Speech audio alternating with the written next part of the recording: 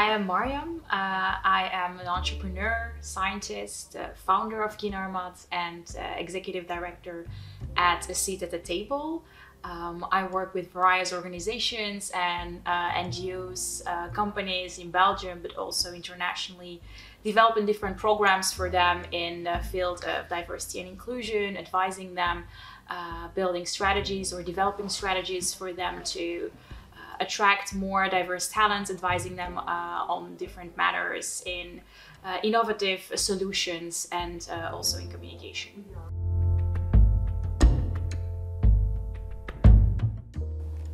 I founded KinArmat when I was a student, as I said. I was in my master's when I really wanted to do something for women in particular.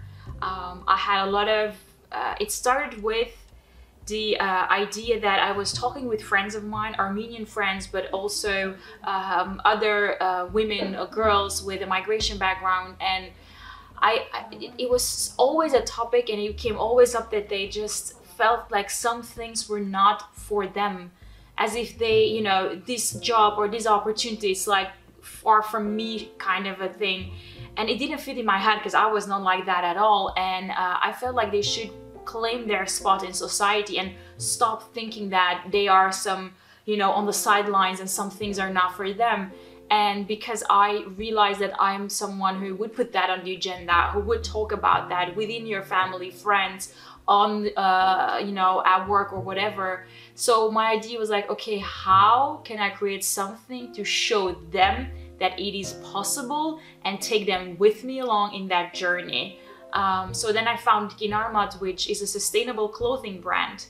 But the idea was not to necessarily launch something in fashion, but I wanted to know, I was discovering like, what is a way to bring that message across? So I put the message on t-shirts and on sweaters, so a sustainable clothing line, to make it literally and figuratively wearable and spreading the message. So if someone is wearing it, it's really interesting. And someone told me, I went to the doctor or to whatever I went, and I was wearing a t-shirt with one of the messages, and automatically they asked me like, so what does that mean to you? Equality, or the future is female. What does that mean to you? And a conversation starts from that. So that's what I wanted to achieve.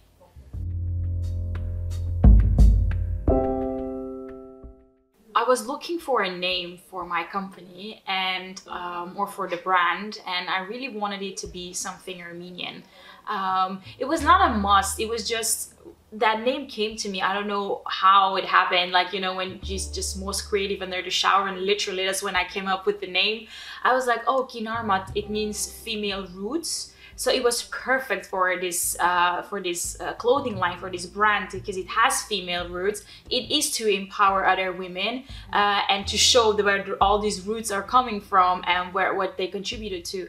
So it was really perfect to just name it that way, and I went with it. And but I also launched collections with the Armenian patterns on it. I really wanted to implement my culture in it, and I wanted,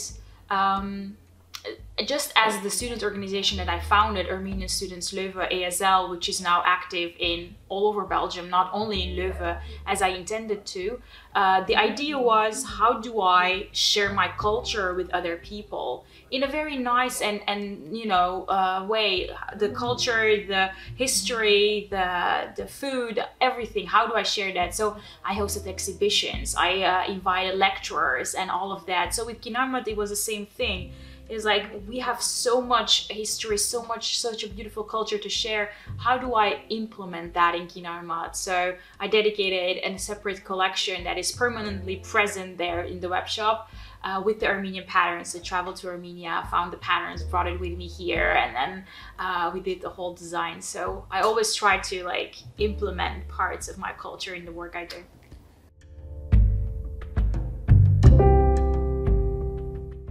I think in general we are always proud when we see something of our roots being implemented or being visible and shared with others. So I was really happy that it was warmly welcomed by the community as well. I have been very active with the Armenian community in Belgium for a very long time, so they already knew that something like that was probably gonna come from me and it was going to happen. And when it did, they were all really proud that we have something that represents us, because usually you feel underrepresented wherever you go.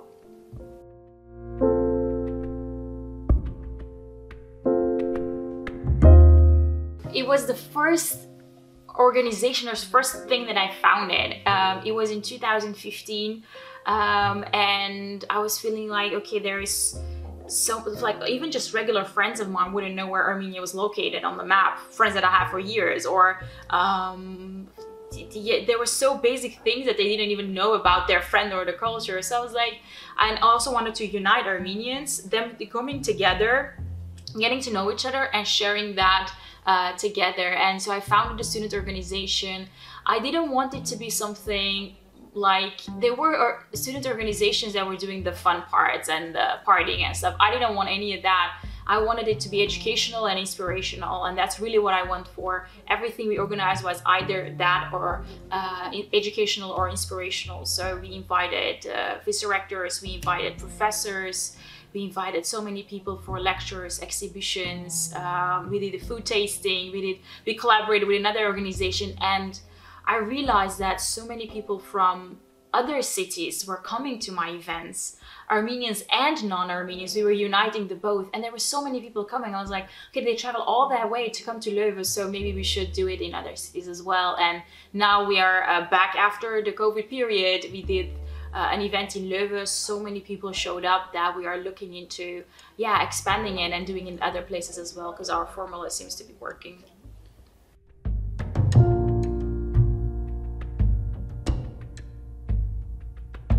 Yeah, there is a huge gap between youth from diaspora or with migration backgrounds and the business world. It comes from getting opportunities, that there is a lack of opportunities. It comes also because of the lack of having certain tools at your disposal. When your parents didn't go to school here, they didn't graduate here, so they themselves were figuring things out, you automatically don't have that knowledge. You don't know what the opportunities are. You don't know what's out there to do. And at the same time, that you don't have the network that you're supposed to have. So there are so many tools that are lacking in your toolkit that you really just need to develop yourself. And on the other hand, you also don't feel represented in some fields and in some areas. You just, as I said about KinArmat, these women just felt like the things that I was doing or other people were doing was not for them.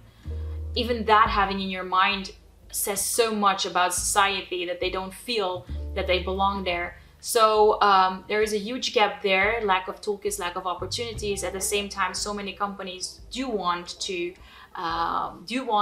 diversity in their company, diverse young talents, but somehow they don't necessarily find each other all the time. So with my role at ASET as executive director, I really work with different companies in developing projects to give these opportunities, to build a bridge between the two, to give many opportunities to these youth, being in internship format, but also networking, building that network and doing different kind of projects, workshops, masterclasses, everything we can to give them the different tools to play with and fill that toolkit for them to build their career further.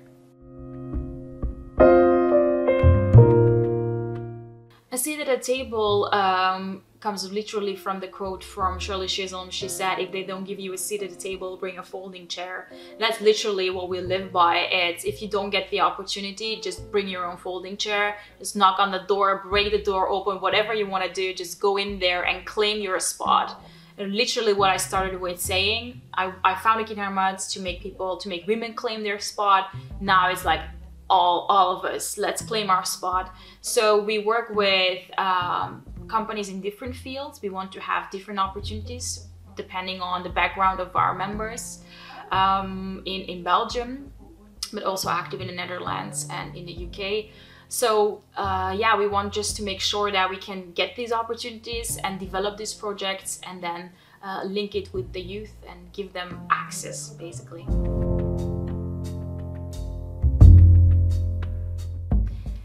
If there is one piece of advice, something I have learned that was really important, was working on that network.